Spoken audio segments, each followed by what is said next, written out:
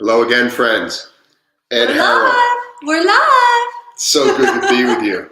This is another Life with Breath expert series, and today I'm blessed to have the amazing Michelle Kelly from PAL Therapy with us, and we're going to spend the next hour just really taking a good look under the hood and seeing if there's some ways that we can help folks live a more joyful, happy, purpose-driven life.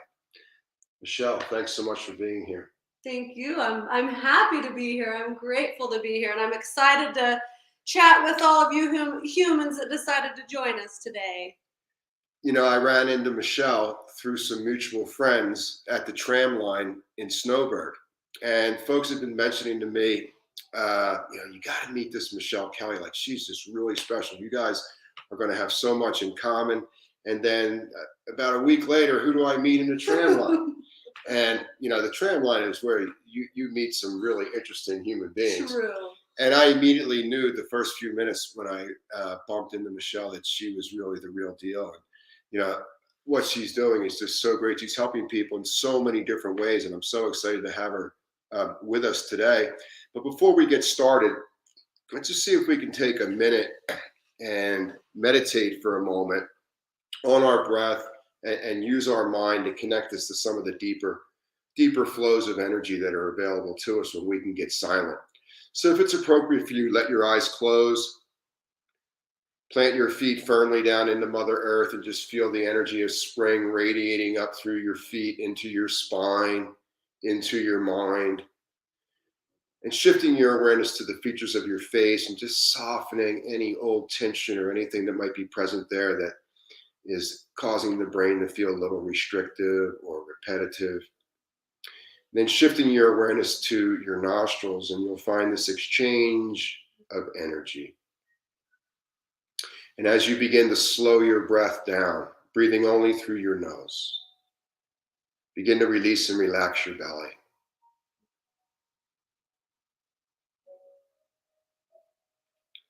And as your belly relaxes, allow your awareness with your breath to move behind and below your navel.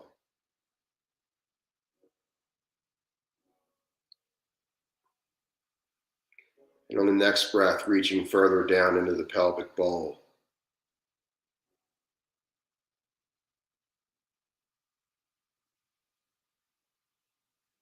And as you begin to become one with your breath, begin to take the energy of your pelvic bowl up into your brain.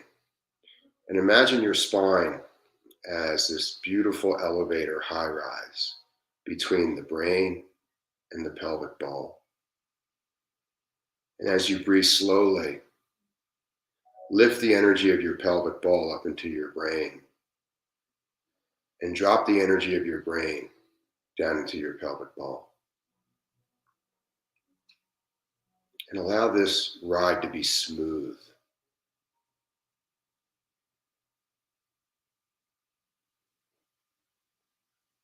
And as the body and the brain become one, we land in the heart. This beautiful organ. And while you're in the heart, tap into your finest qualities.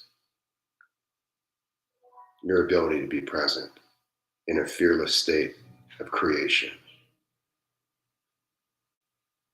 And know that the best days of your life are in front of you. Begin to deepen your breath and allow the breath to go wherever it requires service.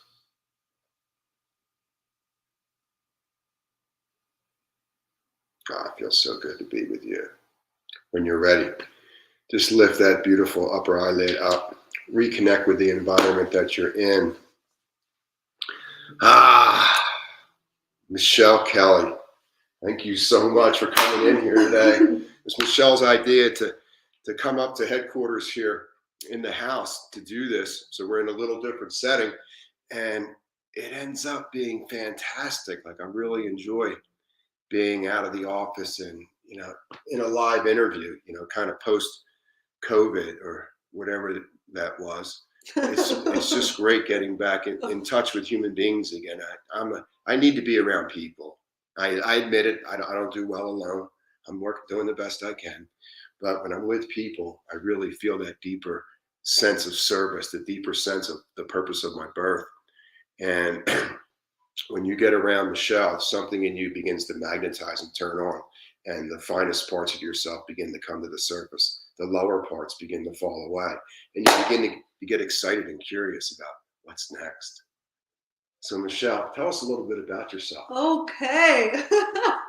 It's always hard to know where to start with something like that. It does. But I think probably the most natural place to start Hmm. would just be like when I was this little human being, Hmm. Hmm. you know? Yeah. So I'm a mental health therapist, I'm a sex therapist, I'm a professional dancer, I'm a trauma therapist. But I think the thing that stands out to me the most is that when we are children, how we are just so free, Hmm. like we are free to be ourselves. Hmm. We're so intuitive, we're Hmm. so connected and just loving and curious and creative and fun and wild and crazy and real, Hmm. Yeah. you Yeah. know? And like what I discover in therapy is that we have these life experiences and they Mhm. start to put these lenses of trauma and shame and distress and fear and resentment, and it kind of steals away that like Mhm. Mhm. pure beauty that's always Yeah. within Yeah. us. As a mover, I have just always felt like, so I started dancing when I was 3, Mm. and that is just something that I didn't realize how healing it actually was Mm. for me, Mhm. Yeah. So as a therapist today, one of the phrases that you hear a lot in the therapy world is feel it to heal it. Right. Because so many of us don't know how to process our pain. Right. And so we'll Mhm. suppress it or shut it down. Mhm. But the thing that was so wonderful when I started dancing at a young Mhm. age is I feel like I was always able to pretty much process the energy and Mhm. information that was coming up and moving through me, but I didn't really know that's what I was doing. Right. Right. Right. You There wasn't know, any words to describe it. there weren't words to describe it. I just knew that if I was having like a sad day or a hard day, Mhm. I could dance it out, Right. and it's Right. like I let my body feel it and it let it move through me. And like probably every human being on this Mhm. planet, I had trauma and Mhm. hard times and different things like that. But because I was able to feel it and let my body move through it, I was able to heal it. So I feel like I have like a resilience Mhm. because of movement and because of like just my body has been my Mhm. safety, Yeah. Yeah. Yeah. So being embodied has been very natural Mhm.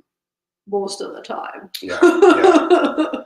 Obviously, there's always caveats to Yeah. that. Yeah. Breaking this down to like the 101 level, we have this child, this inner child, and he or she gets to express themselves freely without He, she, language, or they. or they gets to experience themselves. Where do we begin to see the transition start to take place from the body and the freedom of the body to kind of the mental boundaries of how we allow the world to see us? Yeah.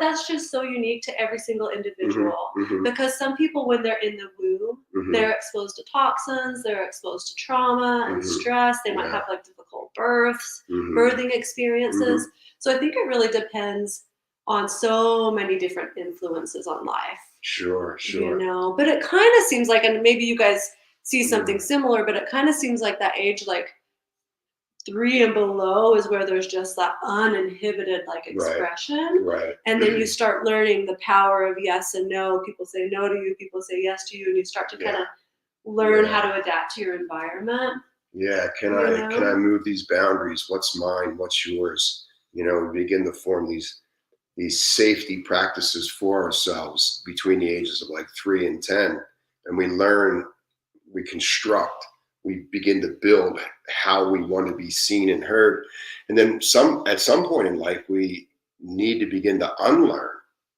these. We have Deconstructing. to unwind that old subconscious brain, and that's really where the rubber hits the road for like a lot of folks, because we begin to realize that the world has changed, and I'm responding to the world today the way I was 30, 40 years ago, and I'm just not able to keep up. Yeah. Because the way we responded back then may have been useful at that time, but it's Right. just not useful anymore, Right. particularly with trauma. Right. and stuff like that. Yeah. The body is learning to adapt based on whatever you need to do to get through that moment, and then you keep those coping skills, and they're commonly not helpful anymore. Right. And so, as an EMDR therapist, which is it's a particular type of therapy, it was initially created for post-traumatic stress disorder, Right. but it's been around for over 30 years now, and they've just through research and anecdotal evidence, have been able to figure out that EMDR therapy can be useful for so many different things: depression, anxiety, trauma, even uncertainty. Like if somebody's uncertain if they want to remain in their marriage or not, like to be able to really go deep and process what that means.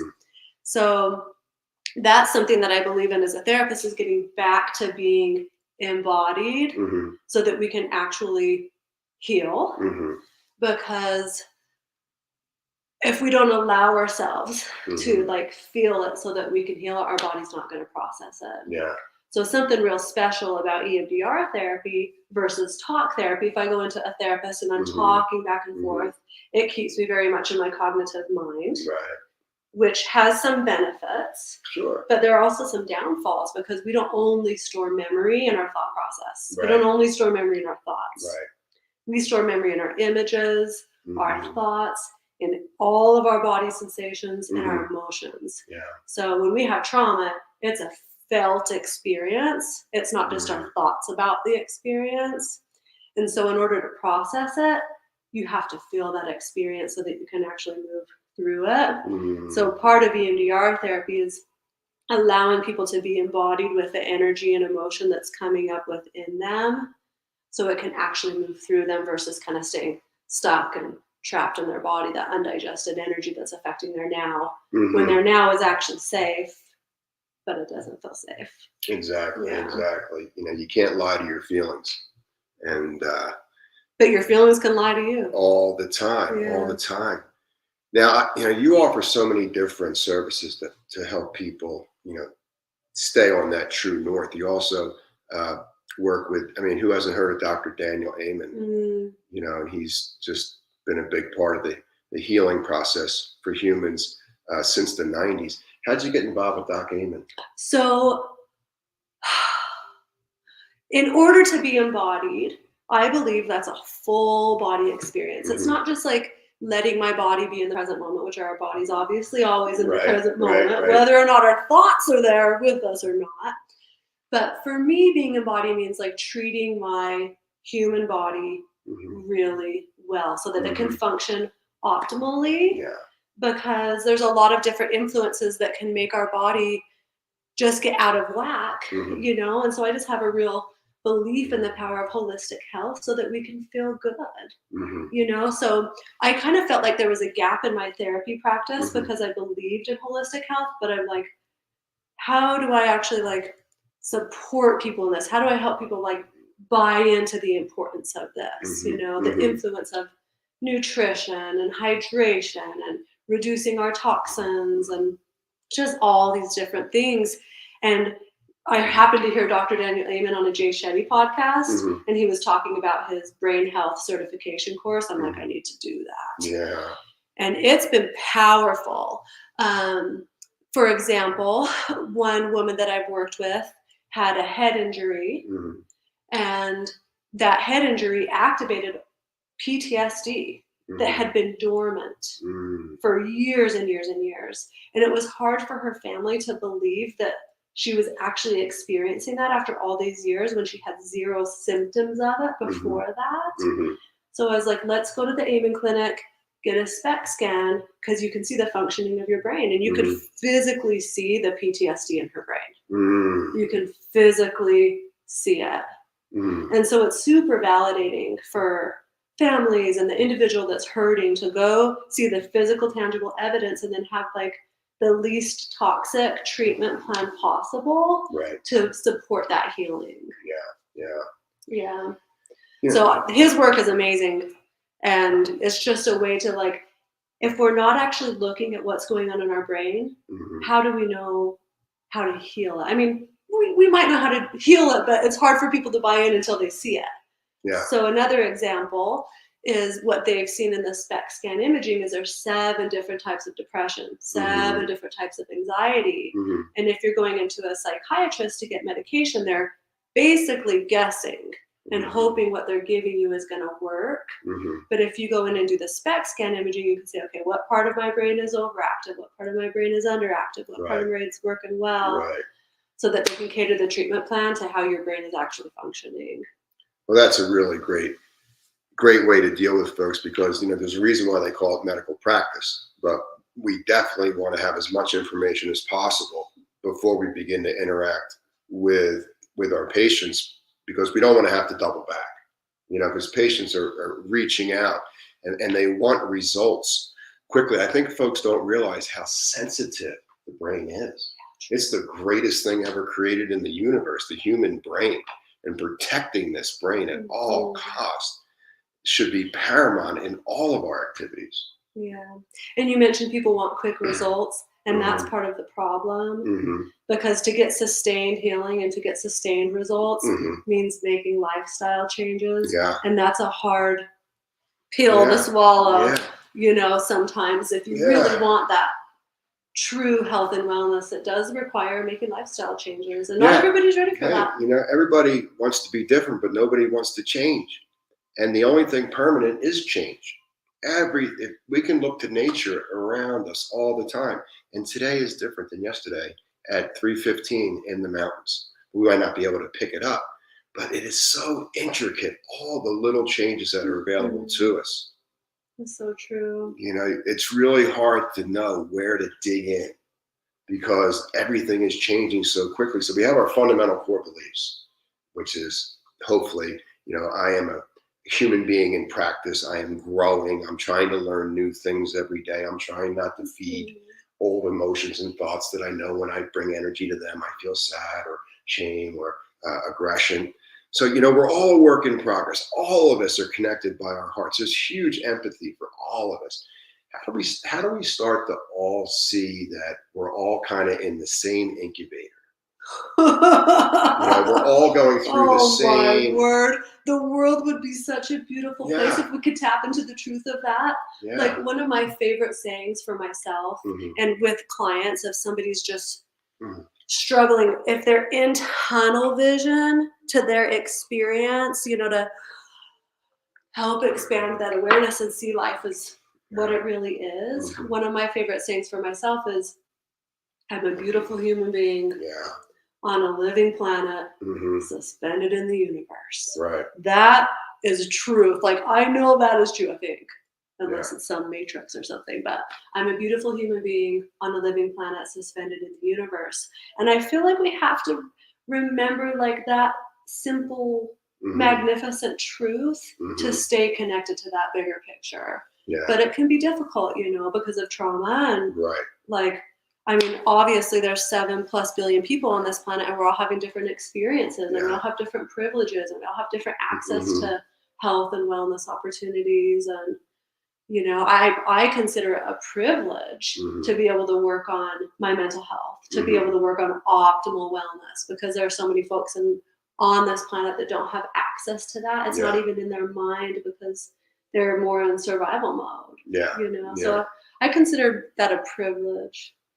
Yeah, it's such a great reminder, in a daily practice, when you get up in the morning and just give yourself some props, give yourself, before you get out into the game, remind yourself, I'm doing the best I can. I'm a beautiful person. There's a bigger picture to my journey that I'm aware of at this time. And, that's basically it. We're all moving through this life so fast now. And, as life unfolds, the time seems to go faster. When you're younger, you're going to fix everything tomorrow and it's all going to be great. But after a while, tomorrow becomes today.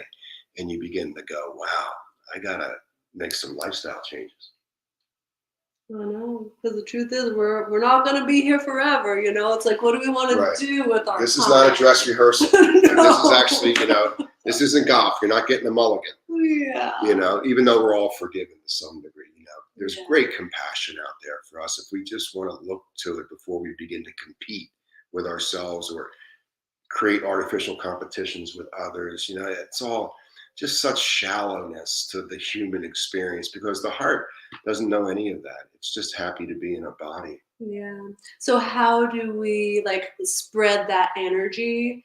I believe it's just like when people are receptive to that, or when Hmm. people are reaching out and they're saying, I need to heal, I want Hmm. this, like, Hmm. I think what I've noticed as a therapist is that somebody needs to be ready for Hmm. that Hmm. to really experience Yeah, that. yeah, And then when they're ready, it's pretty freaking beautiful. Like, it yeah. doesn't mean it's easy, because commonly the work is really difficult, but it's also worth it. So another one of my favorite sayings is like, are you going to step onto into the excruciating path of Hmm. authenticity? Like, Right, can't step onto that excruciating path to authenticity, because it's more excruciating not to, right, to be trapped in our right, history versus to be right. present in our now. Totally. There's going to be pain either way.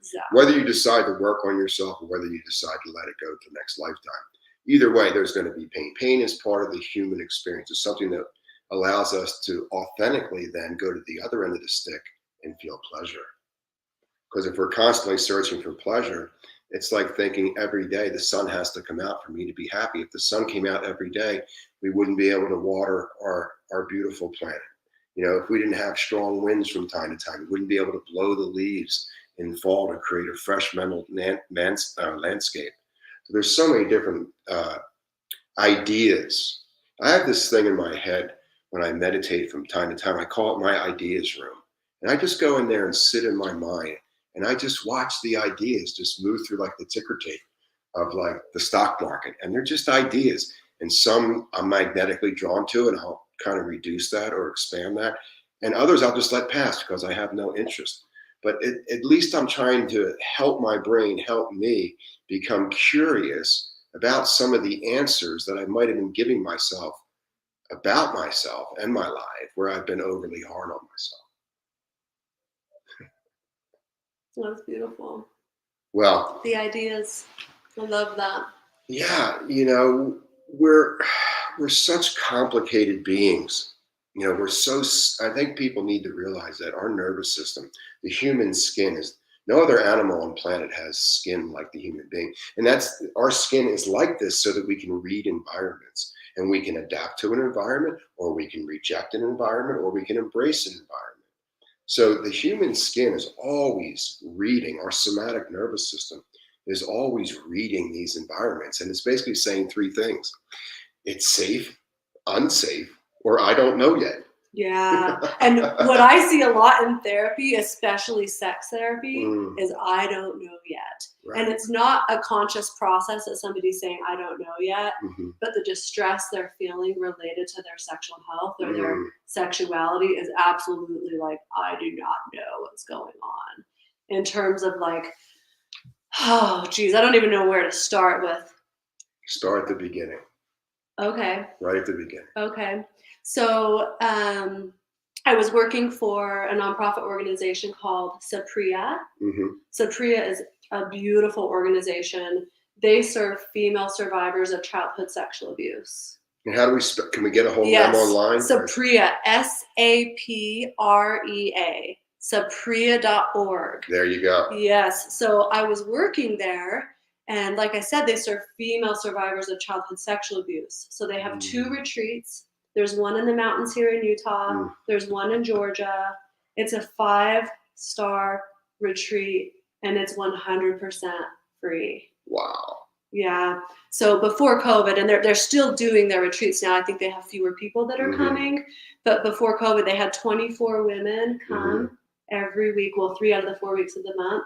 24 women from all over in the world come to these retreats, Wow. and as long as you spoke English, you could come to the retreat. They are expanding their languages now. I Mm, think they have their online resources in French and Spanish. I can't remember what the other one is, but they're phenomenal. oh, that's But great. so many humans on this planet have experienced sexual trauma. Hmm. And sexual trauma comes in many forms. Yes. When we think of sexual trauma, we think of a violation, a sexual Hmm. assault, which is what these women were coming Hmm. for. But sexual trauma also exists in our cultural influences, our media Hmm. influences, our religious influences, our family influences, our health It's under influences. attack. It's like pretty intense.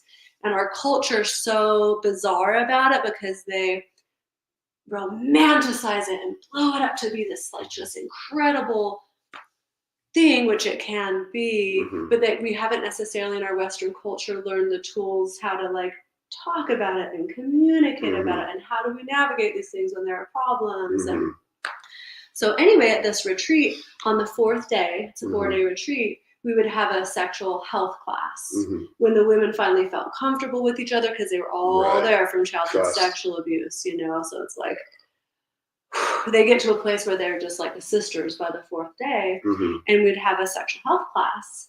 And many of them were like, I've been in therapy for 10 years for sexual trauma, and none of my therapists have even talked to me about my sexuality.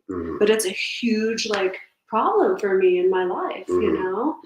And so I just kind of realized this is a conversation that's not being had in terms of like healing. And so it prompted me to go back to school. I got my certification from ASECT, which is the American Association of Sexuality Educators, Counselors, and Therapists. Thank you. Super rigorous program. It took 2.5 years. It was phenomenal. But it just expanded my view of the diversity of sexuality. And like, so meeting all those women who had the sexual trauma that didn't know how to heal prompted me to go get more education. And then that led me to opening my own private practice, POW Therapy, which taps into my love of the POW skiing. Gotta have a little powder in your life. But it also stands for Place of Optimal Wellness. Yes, Place of Optimal Wellness. Right. And that place is here within our body, ideally, and then also the environment that we expose ourselves to, if we're lucky enough to have the privilege to choose that. But as I opened up my private practice and started doing more sex therapy, I was able to see like there's a lot of healing that needs to happen in this domain. There's so much healing. Many folks don't know how to have the conversations about these things. And something Ed had recommended I read the book, The Tao of Sex, Health, and Longevity. So I read that before we met. And it was really beautiful because one of the things that stood out to me was the importance of attuning to your partner, where it's about pleasure versus performance. Because our culture really kind of teaches that performance energy. And then it totally disconnects. Particularly, this is a generalization, but if there's a heterosexual couple and there's a male and there's a female, commonly, this is a generalization, commonly the male is so focused on the performance part of things because that's what our culture has taught our young boys and men. And so they're actually disconnected from even knowing how to be with a woman and how to please a woman. And the women, as a generalization, haven't learned how to even tune into their pleasure. It's so intercourse oriented, so genital focused, and they're disconnecting from all the different pleasure points on our body, you know. So I think that's like one of the most phenomenal things as a sex therapist is like expanding the definition of sexual expression from sex as intercourse to sex as all different types of things, you know. And then the other thing that I have found has been probably the most profound with my sex therapy clients is the dynamic of initiation and how so many couples have so much discord with the approacher, the avoider, like, because commonly what happens is it's very exceptionally rare that any two people, or if you're in a polyamorous relationship, possibly more, are going to be on the same spectrum in terms of like desire levels. There's commonly a higher desire person, a lower desire person, and like how do you reconcile that? We all can relate to that. And so one of the most powerful things is learning that it always has to be 100% of the time. 100% of the time has to be safe to say no. 100% of the time. Like if it's met with eye rolls, or if it's met with resentment, or if it's met from like stonewalling and leaving the room or sulking, it's not going to be safe to say yes. So like that's one of the dynamics that is so important is like to me being embodied is being able to be real with where you're at in the moment and to be able to honor somebody else where they're at in the moment. Right. So that's one of the most like profound healing mechanisms in sex therapy is like freeing up that energy. So it's always safe to say no so that it opens up the opportunity to even say yes. It's powerful, ladies and gentlemen. It's powerful. You know, I found out of all the energy in my body, the energy of my pelvic bowl is the one that I have the most challenging communicating with. It is so powerful and it introverts us so much into the present moment. And then what is my intention before I even go down into my pelvic bowl? The energy in our pelvic basin is like a nuclear power plant. And when most of us get our sex education, it happens on the beach, it happens in the schoolyard, it happens through friends or somebody you were friends with when you were young. None of us really understand sexual energy and what its real purpose is. And unlearning, again, there's that word unlearning habits and then learning new habits when you're interacting with your pelvic bowl, I think gives us a much deeper understanding about who we are mentally as a person. Yeah, it's huge. Yeah, one of the kind of, I hear you say unlearning and relearning. I love that. I'll talk about kind of like deconstructing, like, where did I learn this? And do I even believe this? Because some of those things we might believe still and they work for us. Right, you tell yourself a lie long enough, eventually it's your truth. Yeah. Like the subconscious brain, the brain on some level is totally awake, but on another level it's totally asleep. It's just a tape machine.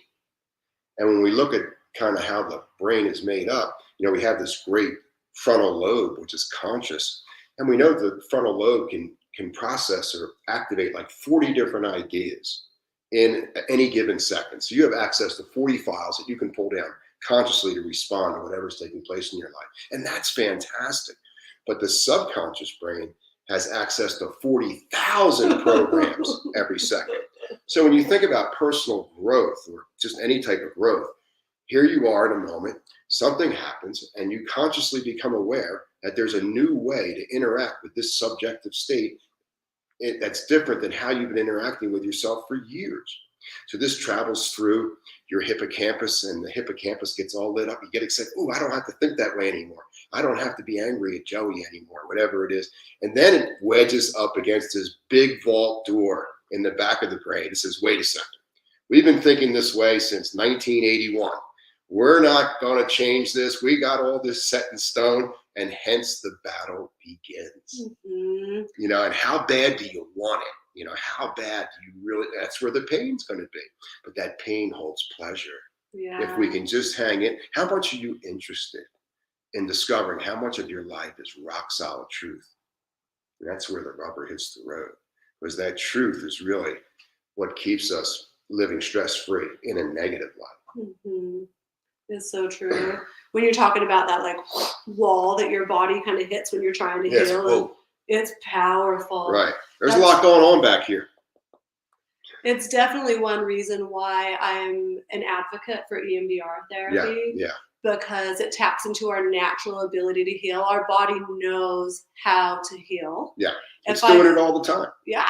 It doesn't say, hey, I'm healing. It just does it. Yeah. Which is great because it doesn't have ego. Here's something funny. The other day I was talking to a lady who's trained with me, but she's much more talented than just training with me. And she said to me, Ed, there's no such thing as healed. There's only healing. And it just threw me off my chair. I was like, just changing the end of that word really began just to set in motion that you will be healing for the rest of your life. Until we're gone.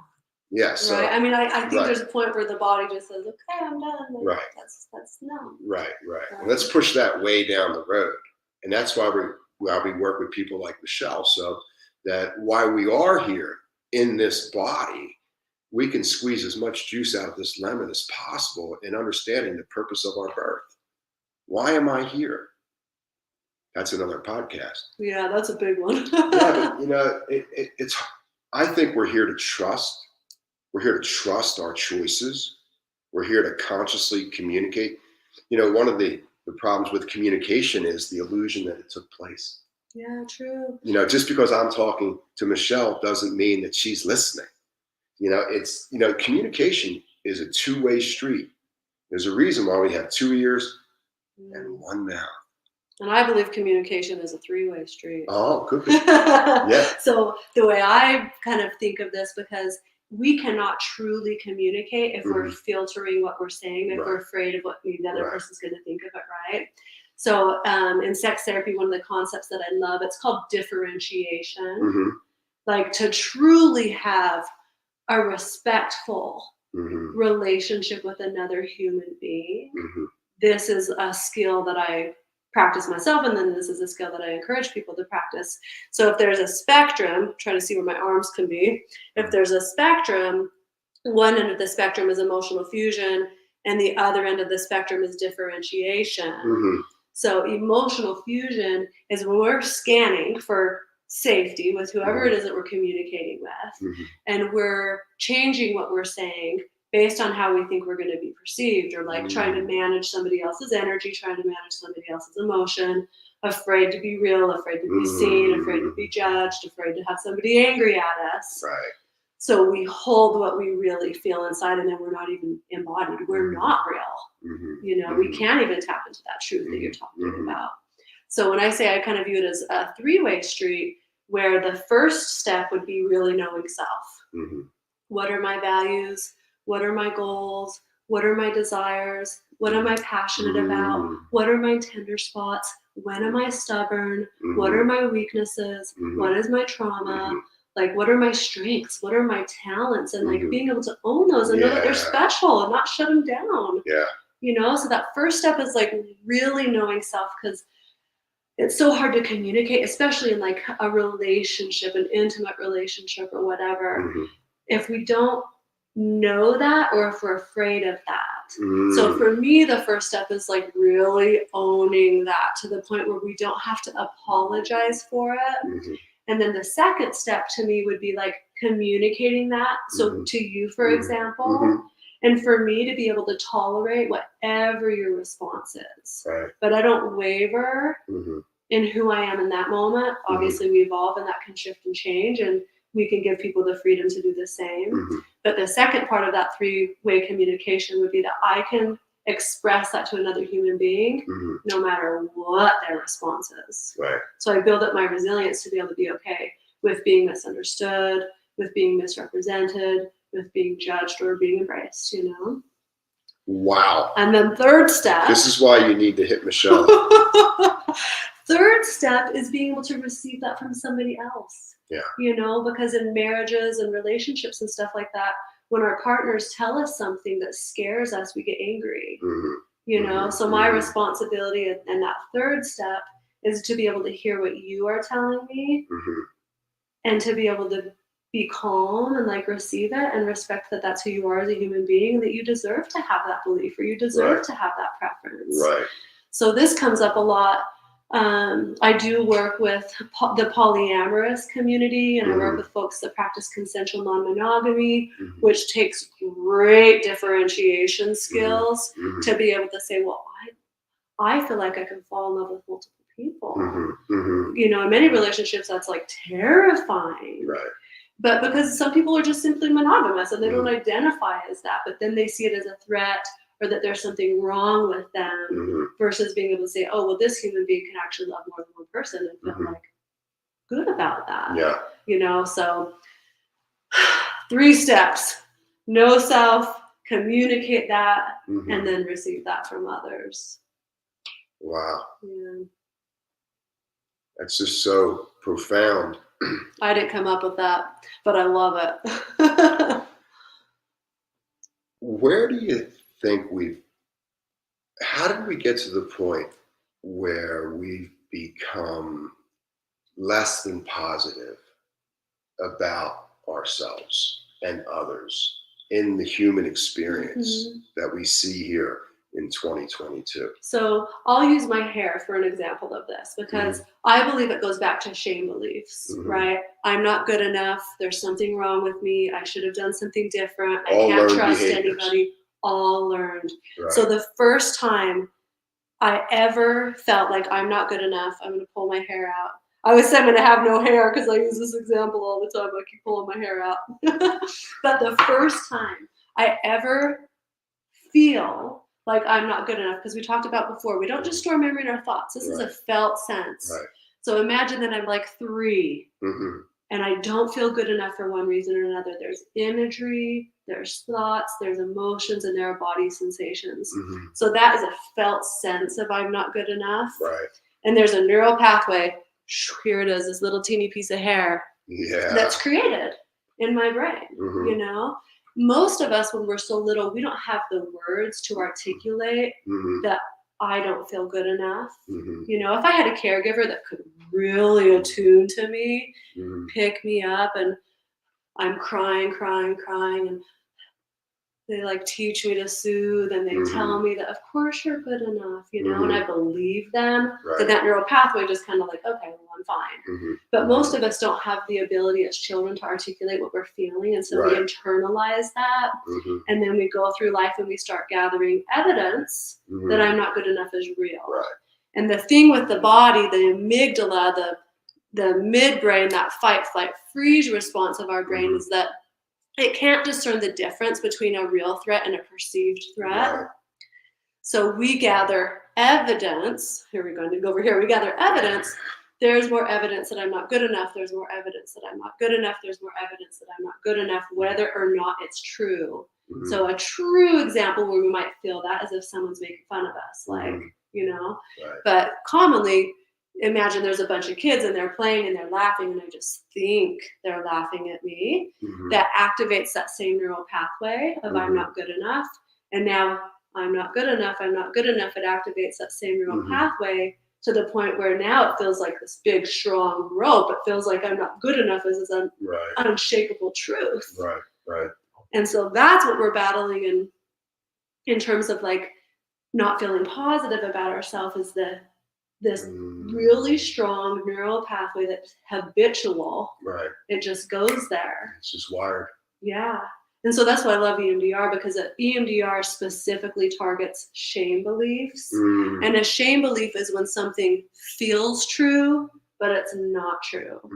Like I could know that every other human being is good enough, or I could lay down 10 babies and be like, of course you're all good enough, but I'm not, you know? So just because we can intellectually understand that we're good enough, or if we can intellectually understand that we're safe now after a trauma, doesn't matter if we intellectually understand it if our body doesn't believe it, because we're going to be responding based on how our body feels about it. Yeah, that is profound. So cognitive behavioral therapy can be helpful because you're challenging your thought processes. And when you do that, you're creating new neural pathways, but you have this little neural pathway battling 45 years of something else. And so sometimes that's why cognitive behavioral therapy can have limitations. And whereas EMDR can be so helpful because it lets our body process the energy of it. We're not just trying to convince ourselves of it. So I have noticed, I've been doing EMDR for over 10 years, and I have noticed, like, working with people, they've been like, I've been in therapy for 20 years and I still feel like shit. You know, sorry to swear, but it's like so frustrating for them. And they'll do EMDR and they'll have maybe like 8 to 10 sessions, sometimes more if it's chronic trauma. I mean, sometimes people will be in therapy for years, you know, still. But the healing just happens so much quicker when you let your body heal. When you're processing all the different ways we store memory versus trying to talk ourselves into feeling another way. If we could talk ourselves into feeling another way, the world would be feeling a lot better. So sometimes we need other interventions, and the breath work that you do is so powerful because, you know, it like nothing can bring us back to the present moment like the breath. I mean, so like to really tap into the truth of the safety of the now is so powerful.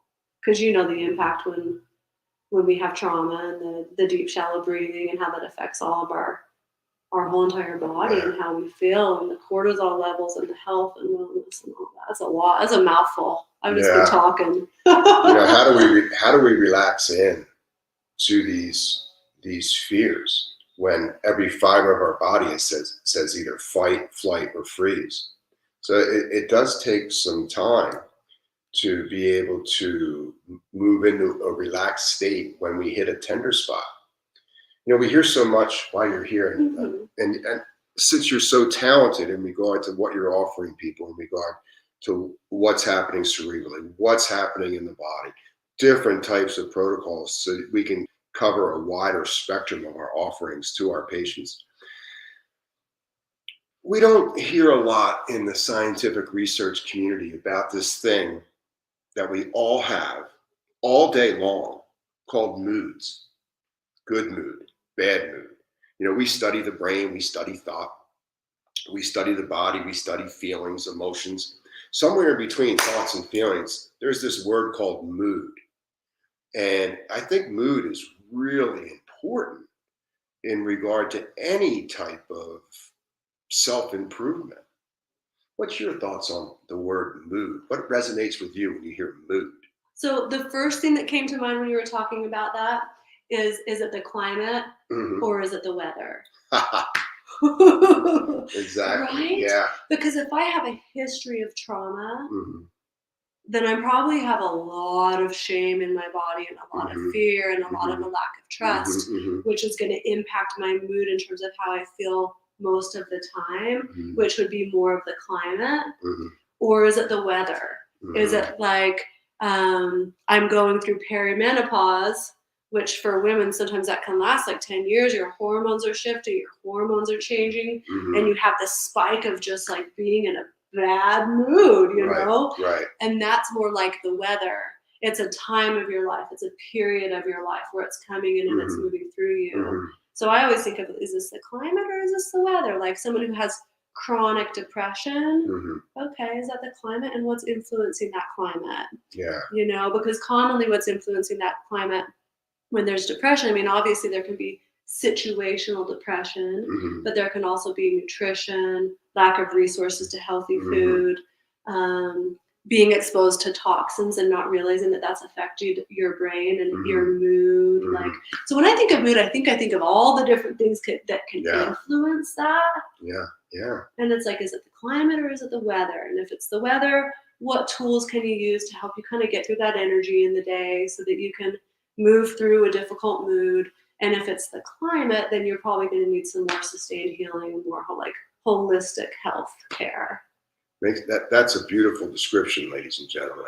I never heard it put quite that way before. Yeah. Yeah. I know you connect with nature, and so I imagine that can resonate. But Yeah. Well, we all were locked up in the houses for X amount of time a couple years ago, and we know that didn't work. And but it looked good on paper. I know that when I go out in Mother Nature and I just look around, any part of my limiting belief ego immediately is eviscerated, and I just merge with this planet. And it's just such get outside, ladies and gentlemen. Breathe, smile, see the best in yourself. Just little things like this. Go see Michelle if you know of anyone who's, gosh, trauma. Come on. Trauma. Who doesn't have trauma? We're all in such a painful state right now. And can we just draw a line of where we're not going to place any more energy on this particular thought thread or perception that might limit like there is a beauty in the struggle if we can just pause for a moment and not feed the struggle the same way it went across my mind yesterday. yeah, And when someone like Michelle, who's giving you not only powerful information about your brain, your heart, and your body, when you have many different ways to move into issues, things begin to shift. yeah. And I agree with you, Ed. Like, I definitely also believe that nature is like such a powerful healer. I think most human beings can like resonate with that, Right. just to being inside is a recipe for depression Mm-hmm. sometimes. Yeah. So just stepping out the door and taking a big breath, or 3 or 5 or 10 or whatever, is just healing in and of itself. It really is. Yeah. So when we have folks who are getting ready to, let's just say, metaphorically, close a door to a certain part of their life and visualize opening another door, and there's a bridge that they have to cross, what are some strategies that it might have worked for you, or just things at the front of your mind that help people build that bridge? Yeah. Well, I think having access to resources is huge. Mm-hmm. Because it's really hard to have hope in healing Mm-hmm. if you don't have access to resources, or if you don't know Mm-hmm. how to access resources. It makes me think about when I worked at the Unique Foundation and they were learning about trauma in the brain, and all the aha light bulbs are coming on, like, that's why I'm responding this way. That's what a trigger is. Like, I think like a huge part of, and I don't necessarily think of it in the same way as closing a door and opening another. Right. It's like this history stays with me, and I get to keep the pieces that actually I gained from this experience. I like that. And I get to let go of the ones that no longer serve me anymore, or that I just don't need, or they're gone. They're not even here anymore. But like a huge piece to that is education. Right.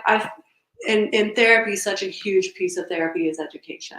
Yeah. Understanding that your body is responding in a natural, normal way. Like PTSD, for example, is the body responding to trauma. You're not defective if you have PTSD. It's your body doing what it's designed to do to protect you. Right. Know? And so it's so cool, because then when you get that education, you realize, oh, PTSD isn't a life sentence.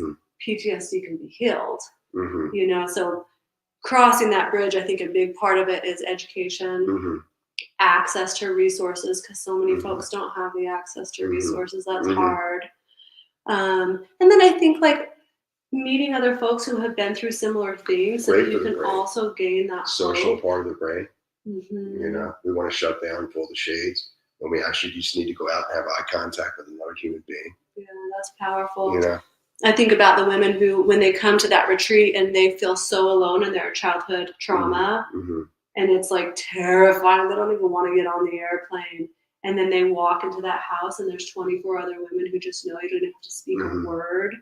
Like the power of that shared trauma is healing. So that helps you walk over the bridge. And then I don't think it's really possible to heal until you can be embodied. Because that's where the healing really is. It's right here in the now. And that's where your work's so beautiful. Well, what do you think? Who's running the show? The heart or the brain? The brain. The goal would be that they work together. Heart-brain coherence. So yeah, exactly. That we can be embodied and like take in the now, and like our brain has been able to better discern. What I've noticed when people are healing their trauma is their brain is no longer telling them there's a threat when it's a perceived threat. Right? It's like, okay, I can trust that my fight, flight, freeze response is going to kick in when there's a real threat. Right. And I can let it subside when there's a perceived threat. And sometimes we're going to be triggered, and I might get angry at my spouse or something. I'm triggered and I think there's a threat, but then I can soothe and realize, okay, that's a perceived threat. I think it takes time for to have that coherence that you're talking about. But until we have that coherence, I think this is actually pretty dominant, because our primal survival mechanism is so powerful. Yeah. It's interesting. That's why the breath is such an amazing tool, because it'll take the energy of the heart and lift it up into the brain and say, hey, dude, chill a minute. It'll take the energy of the brain. There's all these details, and it'll breathe it down into the heart, and there'll be a greater understanding. Almost instantly. And just being present for our life. We want to embody our thinking and know that we're not going to be here forever. And it's just, there's such value in human life and being kind to ourselves. And that radiates out into giving others permission to be kind to themselves. Yeah, I think that's so beautiful and true. Yeah. When you're talking about like, how do we spread this energy of goodness, it really does start here. Because if we feel good, then we make other people feel good, and Yeah. then they feel good, Right. and they can spread that. You're Right. right. And there Yeah. doesn't even need to be any words. True. Sometimes it takes tremendous strength to remain silent. And other times we speak when we should remain silent. You know, you can't learn anything new when you're talking, even in here. So silence is an amazing tool where we can kind of wipe the computer screen and wait for more intel. Now you're making me want to be quiet. Uh, well, how do folks get a hold of you? How do folks have the opportunity to work with you or have a consultation if they maybe themselves or they know someone who might be having some sort of life issue? Yeah. So I require a consultation for all potential clients because it really matters to me that you get a provider that works for you, because therapy is hard work. Mm-hmm. You know, so I require a consultation. It's a free consultation. It's 20 minutes. And I only take on, to be honest with you, I work with highly motivated people Mm-hmm. because then you're going to get the most out of therapy. Like, I've noticed if you're not ready to do the work in a way, you're almost wasting your money. So like I really am pretty picky about who I take on as a client because I want to work with people who are ready to do the work. Mm-hmm. So That's a wonderful offering, ladies and gentlemen. yeah. But you can reach me at powtherapy.com, POW. Stands for Place of Optimal Wellness, not Prisoner of War. Powtherapy.com. You can reach out via phone call, or the easiest thing to do is just reach out on my contact form. But I do specialize in trauma, sex therapy, and holistic health, meaning like what are the different things that are influencing the way that I'm feeling. Mm-hmm. And then I also partner with the Amen clinics, like you said, Ed. Yeah. Mm-hmm. Such a multidimensional healer. And we're lucky to have people like Michelle in our life, providing the backdrop that we all require from time to time to get back on the road of life. And, you know, if you see Michelle in the tram line at Snowbird, make sure you say hi. That'll be your only chance to say hi to her, because once you get off the tram, you won't be able to catch her.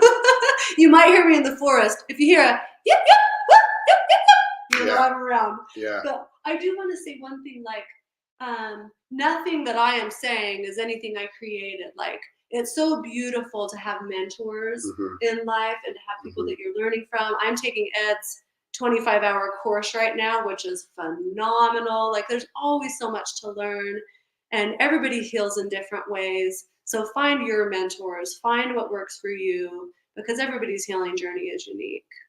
Thank you so much for coming on for this hour. Thanks, it's the best hour of my life. Thank you so much. Best hour of your life in this moment.